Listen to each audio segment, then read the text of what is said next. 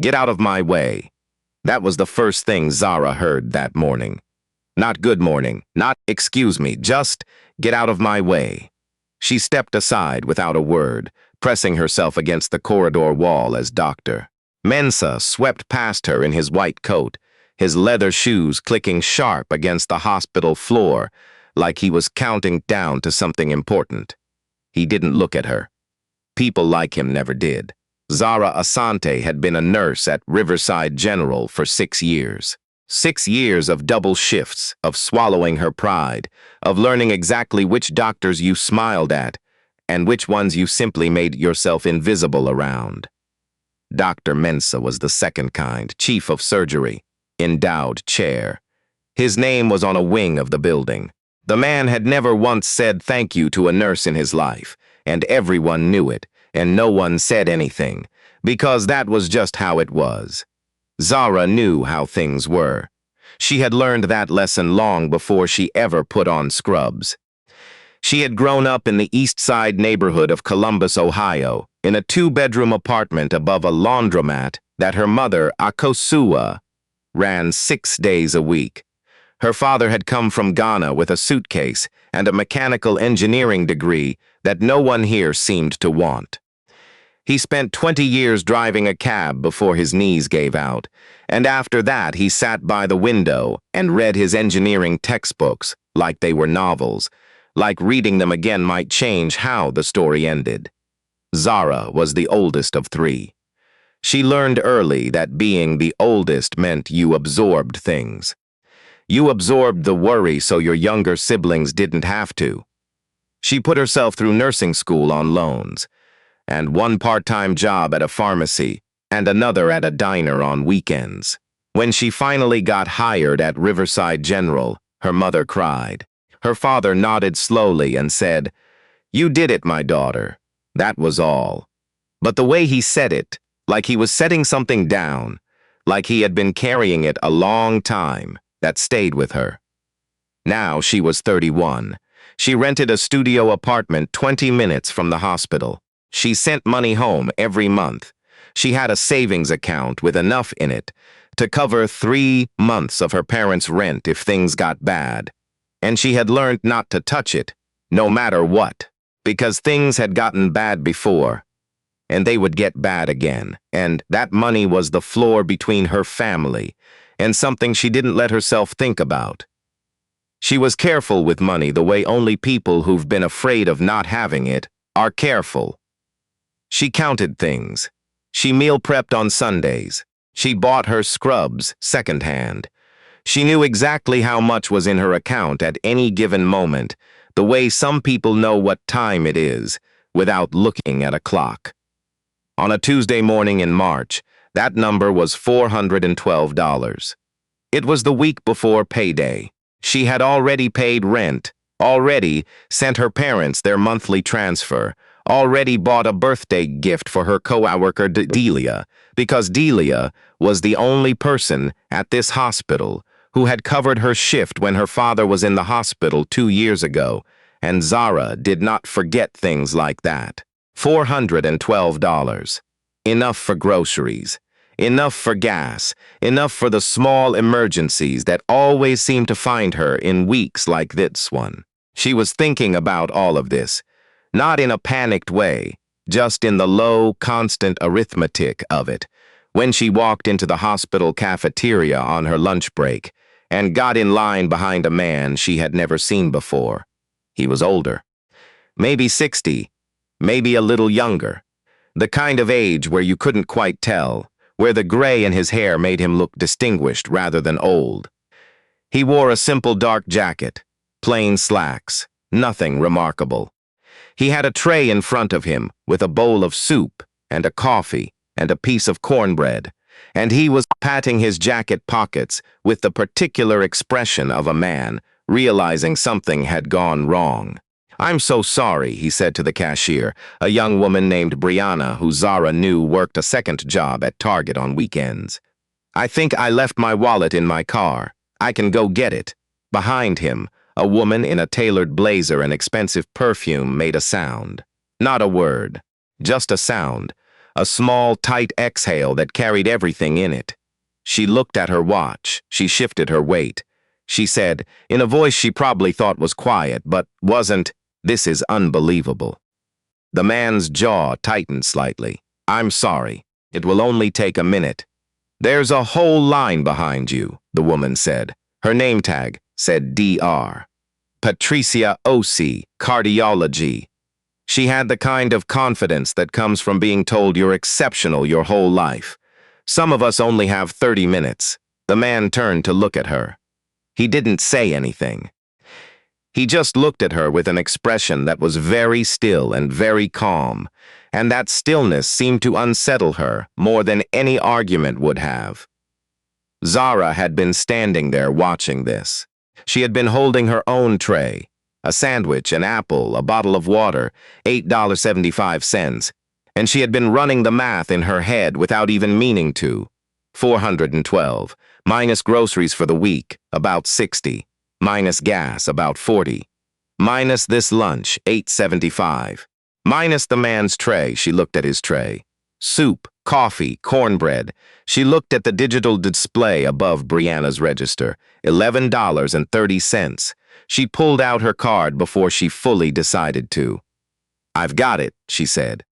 The woman in the blazer turned to look at her with an expression like Zara had just said something in a foreign language. The man turned too. Up close, his eyes were deep brown and very alert, the kind of eyes that noticed things. "You don't have to do that," he said. "I know," Zara said. She handed her card to Brianna. "It's fine." Brianna ran both trays together. The man watched Zara the way you watch someone do something that surprises you, not in a dramatic way, but in a quiet way, like you're filing it away. "Thank you," he said. "I'm Kwiku's Zara." She picked up her tray. "The soup here is actually pretty good on cold days." He smiled then. "Just a small one. I'll take your word for it." She nodded and walked to a table by the window, and that was that. She ate her sandwich and looked out at the gray March sky and did not think about the $11. She thought about it a little, but she didn't regret it. She never could explain exactly why she was the kind of person who did things like that. Her mother would have said it was because Akosua herself had raised her that way. And maybe that was true, but Zara thought it went deeper than raising. She had been in enough bad spots to know what it felt like when a stranger looked the other way. She had also been in enough bad spots to know what it felt like when one didn't. That was the whole thing, really. That was the entire math of it. She finished her lunch and went back to work and forgot about Kwaku the way you forget about most things that happen on a Tuesday in March. She did not know that he had not forgotten about her. Now, before we go any further, I need you to stay with me here, because what happens next is the part that will make you understand why this story is worth telling. So keep watching, and if you haven't already, subscribe to Contemporary African Folktales. We put out stories like this every week. Stories that remind you who we really are. Okay, now, Kwaku Darko was 61 years old. He had been born in Kumasi, Ghana, the youngest son of a man who drove a minibus and a woman who sold fabric at the market. He had come to America at 22 with $140 and a scholarship to study economics. He had spent the next 4 decades building things, a consulting firm, then a logistics company, then a series of investments that quietly, steadily, became something no one looking at him in that cafeteria would ever have guessed. He was worth more than the entire hospital. Not because he had set out to be. He had set out to make enough that he never had to feel the particular fear of not having enough. And somewhere along the way, enough had become this. He had an assistant named Charles who drove him and scheduled his life, and worried about him more than was probably appropriate. He had an apartment in the city and a house in Accra he visited twice a year. He had no wife. That was a long story. He had learned not to tell it to people he didn't trust. He trusted almost no one. He had learned over 4 decades of watching that when people knew who he was, they behaved differently. Not badly, necessarily. Just differently. Carefully. They laughed at things that weren't that funny. They agreed with things they might have questioned. They offered things, attention, kindness, their company, that he could never quite trust, because he could never be sure whether those things were for him or for what he represented. He had come to Riverside General that day because his doctor had an office there, and he had a routine appointment that he always attended alone, without Charles, in his ordinary clothes, because that was the only way to move through the world without the interference of his own circumstances. He had been doing this for 20 years, eating in regular places, taking cabs sometimes, walking through grocery stores, sitting in waiting rooms, watching. He had watched a lot that Tuesday. He had watched Dr. Patricia Osei make a sound at him like he was an inconvenience. He had watched Brianna behind the register tense up the way service workers tensed when they felt trouble coming. And he had watched a young nurse in blue scrubs pull out her card without being asked, without hesitating, without making it about herself in any way, and pay for his lunch, and then pick up her tray and walk to a table by the window like it was nothing. Like it was just what you did. He had eaten his soup, and she was right, it was good on a cold day, and he had watched her from across the cafeteria. Not in a strange way, just in the way he had learned to watch people, carefully, with attention, because attention was how you understood things. She ate alone. She looked out the window. She read something on her phone for a few minutes. She didn't look around the room to see if anyone had noticed what she'd done. She didn't look at him. She was just there, eating her lunch, existing in the quiet, ordinary way of someone who had a lot on their mind and had made peace with most of it.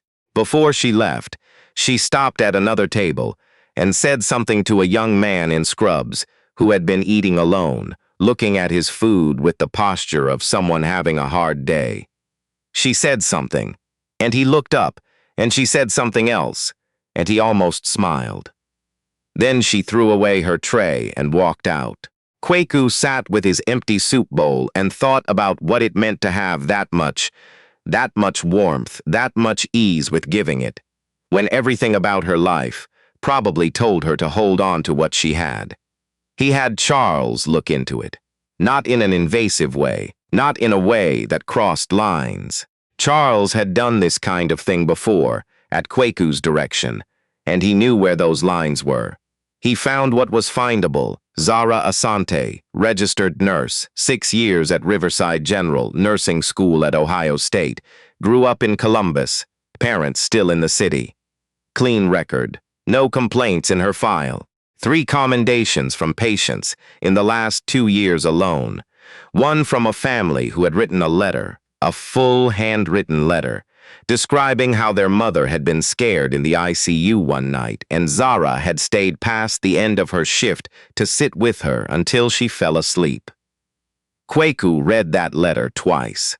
He thought about what you do with information like this. He thought about what he had and what someone like her didn't have, and whether there was a right way to do something about that, or whether there was only a wrong way and a less wrong way. He decided on a way. He did not move quickly. He waited 3 weeks. He made some calls. He verified some things himself. He was not the kind of man who did things carelessly, and he was not the kind of man who did things for show. The thing about Zara was that she never expected anything back. That was the part he kept coming back to. She had paid for a stranger's lunch on a Tuesday with money she probably needed, and she had done it without looking around to see who was watching, and she had spent the rest of that hour sitting by the window thinking about what? He didn't know. Her parents, maybe. Her patients. The particular arithmetic of her life. Not the $11. Not him. That was the thing. She had already forgotten him. And here is where I need you to pay attention, because this is the part of the story most people miss. This is the part that actually matters. 3 weeks after that Tuesday, Zara got a call from the hospital's Human Resources Department. She almost didn't answer. She was between patients, and calls from HR during a shift were rarely good news. But she stepped into the hallway and picked up, and the woman on the line told her that she had been nominated for the Riverside General Excellence in Nursing Award, which came with a $10,000 grant for continuing education or financial wellness, and that the nomination had come from a member of the hospital's board of trustees. Zara stood in the hallway for a moment after the call ended. $10,000. She thought about her parents' rent. She thought about her savings account. She thought about the 3 months of cushion she had been carefully building for years and had never quite gotten to. She pressed her back against the wall and looked at the ceiling and breathed. She did not know who had nominated her. HR wouldn't say. The board member had submitted it anonymously, she told her mother that evening. Akaksua went quiet on the phone in the way she went quiet when she was trying not to cry in front of her daughter. You deserve this, she said finally. Zara, you deserve this. Mama, I don't even know why they picked me. Because, Akasua said, people see you. Even when you don't think anyone is looking, people see you. Zara laughed a little, the way you laugh when something is almost too much to hold. Okay, Mama. Call your father. Tell him. She called her father. He went quiet too, but in the way he went quiet when he was remembering something, when he was measuring the distance between where they had been and where they were now. My daughter, he said, and again it sounded like setting something down.